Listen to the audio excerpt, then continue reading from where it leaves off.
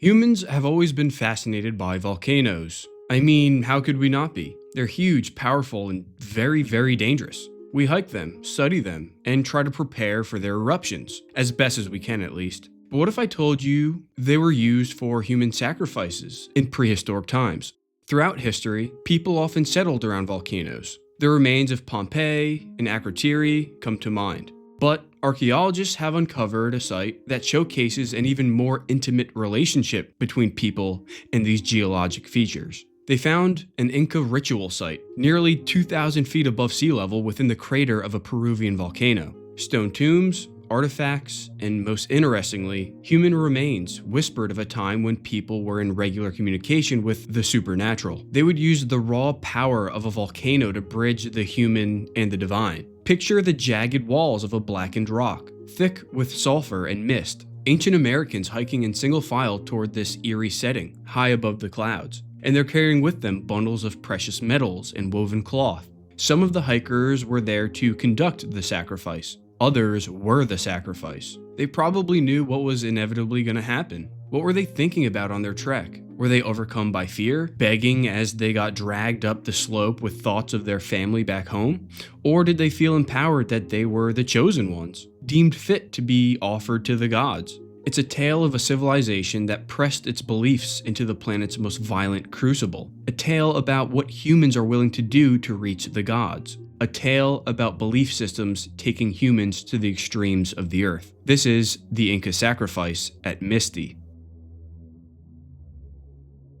The Inca forged arguably South America's greatest pre-Columbian empire. Starting as a tiny kingdom in the Cusco Valley, it was built into a 2 million square kilometer powerhouse by the early 1500s. With major settlements in Peru, the Incas spanned most of the west coast of South America at its greatest extent. They conquered lands with an unstoppable army, but they also mastered soft power. They redistributed food and luxury goods. They co-opted local gods and imposed a unifying state religion. These less combative tactics were effective for building a culturally cohesive society. It shows that they probably had a pretty decent understanding of human psychology and human culture. As a society, they were very connected to the natural world. Every mountain, spring, and forest had significance. Local communities worshipped gods, as well as sacred places or objects, called wakas. Important to these worshipping practices was the Capacocha. This ritual in particular required highly valued goods and human sacrifices. The ritual's name comes from blending the words Capac, meaning royal, and Cocha, meaning water or lake. This indicates a high-status sacrifice tied to fertility and the water cult. The ritual was first documented in the mid-1500s,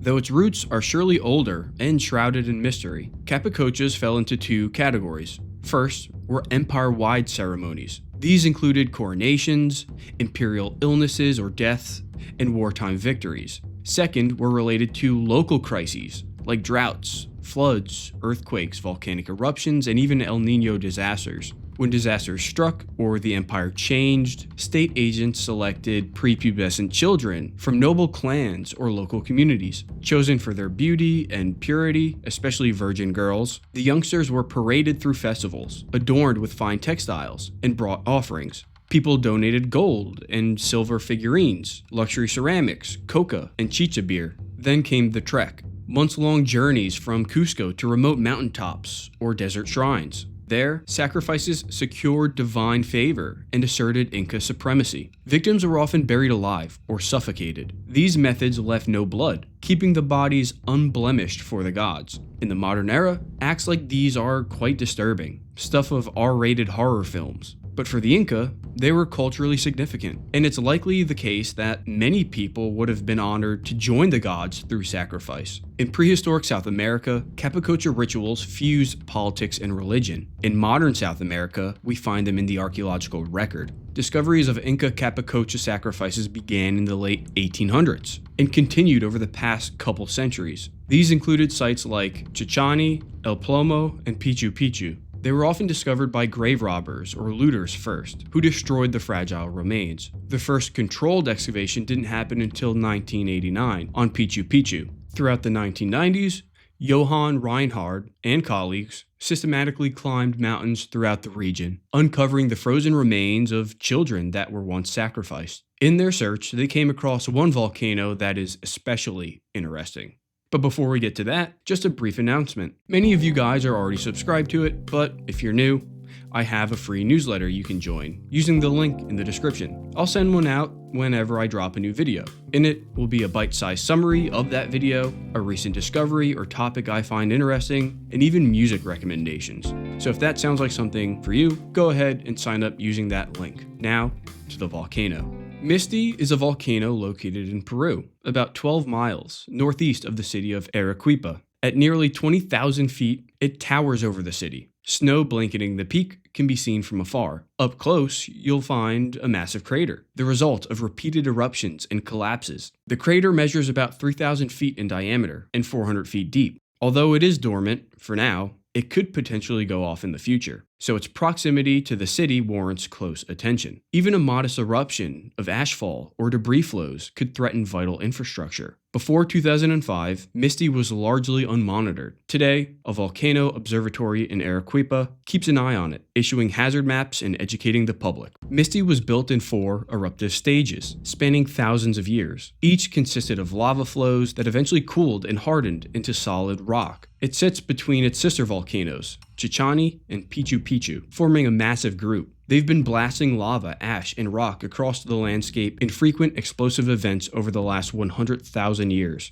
Misti's last major eruptions came around 2,000 years ago and again around 1450 AD. Since then, only the release of fumes and steam have stirred local myths. By the time the Spanish arrived at Arequipa in the 1500s, the land was already settled by the Inca. It was densely populated with canals, roads, and buildings. To these people, Misti was feared as an angry mountain god. It would have been nightmarish to the locals. After that eruption in the mid-1400s, Inca Emperor Pachacutec and his queen performed rites at temples throughout the region to appease its wrath. It's believed that Pachacutec even trekked to the summit to conduct human offerings. Some historical figures, like Italian geographer Gustavo Kuman, claimed that you could see small man-made structures of unknown origin in the crater. Were these the remains of past sacrifices, like those by Pachacutec? Until the Misti Expedition of Johann Reinhard, we had no hard evidence. The expedition took place in 1998. Reinhard and his team dared to explore the crater. As a result, they may have found the most spectacular Capacocha ever. 100 meters below the peak, they unearthed stone-lined tombs and a ritual platform. They noted how the ceremonial site was intentionally placed on the interior rim of the crater, not on the summit, presumably because the purpose of the offerings was to placate the deity believed to reside in the active fumaroles just below. The stone architecture is interestingly symmetrical, consisting of 2 adjacent stone circles, with a rectangle on either side. Each of the circles marked a tomb and sunk 2 meters into the crater floor. Several bodies were found within each tomb, but they were in pretty poor condition. The soil inside the crater is very acidic and rich with sulfur, which accelerates the decay of bodies. The high temperatures don't help either. This can make it even more frustrating for archaeologists looking to excavate remains without further damaging them. In a creative solution, the researchers here froze the soil by dousing it with water and letting it sit overnight. Then, they extracted giant frozen blocks with bodies still inside and transported them to Arequipa's museum. Here, they were refrigerated and kept safe. One observation they made before they took the blocks away was evidence of lightning strikes. Inca burials on high mountain peaks were susceptible to lightning strikes, potentially influenced by metal objects buried alongside the sacrifices. Some scholars suggest these locations were chosen deliberately because the Inca saw lightning as desirable. Illapa, the weather and thunder deity, was a key figure in the Inca religion. They may have been trying to conjure Illapa with these rituals. It must have been a dramatic scene from the city, watching Misti during a lightning storm. With every strike, the power of Illapa was reinforced in the collective psyche of the Inca. In 2018, the frozen soil blocks were thawed, cleaned away of their volcanic debris, and the bodies were studied. They assessed their age at death by looking at their teeth and the size of their bones and how they were fused together. The sex of the individuals was inferred from the artifacts associated with them. C2, the male tomb, contained 5 to 6 juveniles. They were mostly around age 6, and one was about 13. Notable findings included advanced tooth wear and dental caries in younger children, and a congenital growth disorder in the legs of the 13-year-old. His leg bones were bent in a similar way to the bowing seen in rickets. C3 was the female tomb. It held 3 females. One was around 10 years old, the others were under 6.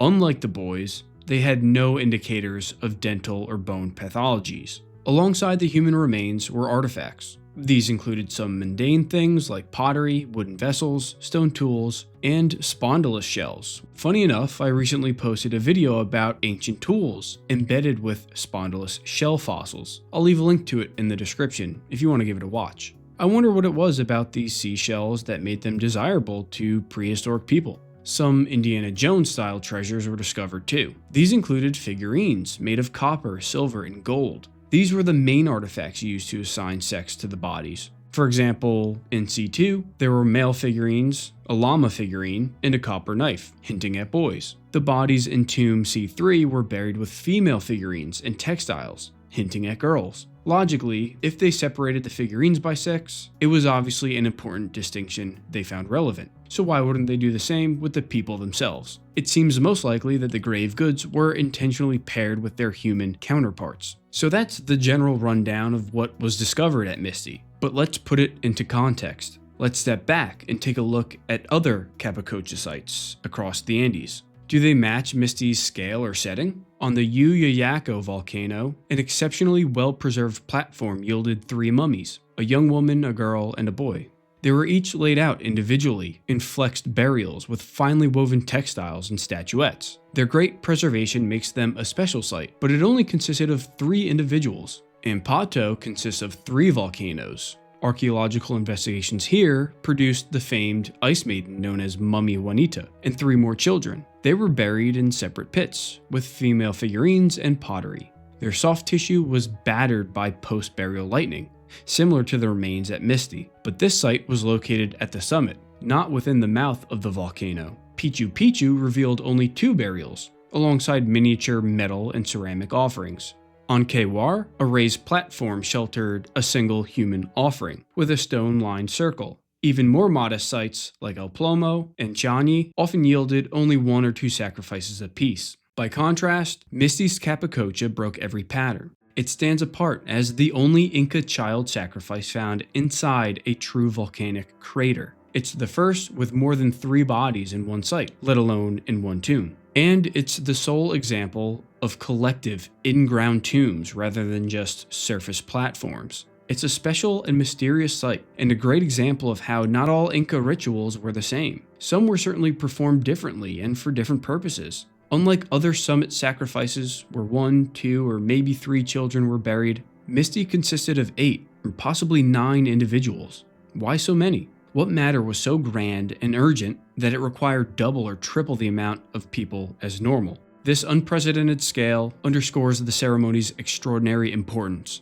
The sex and age makeup of the tombs further reflects Inca ideology. This deliberate pairing of goods and bodies, plus the choice of unblemished pre-adolescent individuals, reinforces documented ideals of purity and beauty as prerequisites for royal offerings. This is largely what archaeology is for, to provide evidence supporting or refuting what has been written down. It is a line of evidence that goes beyond the written record. Another thing to consider is just sheer effort. We can often judge how much people value something based on the level of physical or mental effort they put into that thing. People rarely run marathons if they don't care about their health. They typically don't attend church every Sunday if they don't value religion. To climb a 20,000-foot volcano means whatever's at the summit is worth getting to. Some mountains have evidence of Inca roads and formal paths, like at Machu Picchu. We don't see evidence of this at Misti though, and it has some clearly steep slopes. Reaching the top would have required serious planning and effort. They probably took the time to look at different slopes, judge them, and contemplate multiple routes before deciding on the right one. They could have had intermittent stations along the way too. Did they carry provisions with them so as to not exhaust themselves and collapse on their journey? We don't know. But we can confidently say that the Inca were skilled mountaineers with a clear goal in mind, the goal of human sacrifice.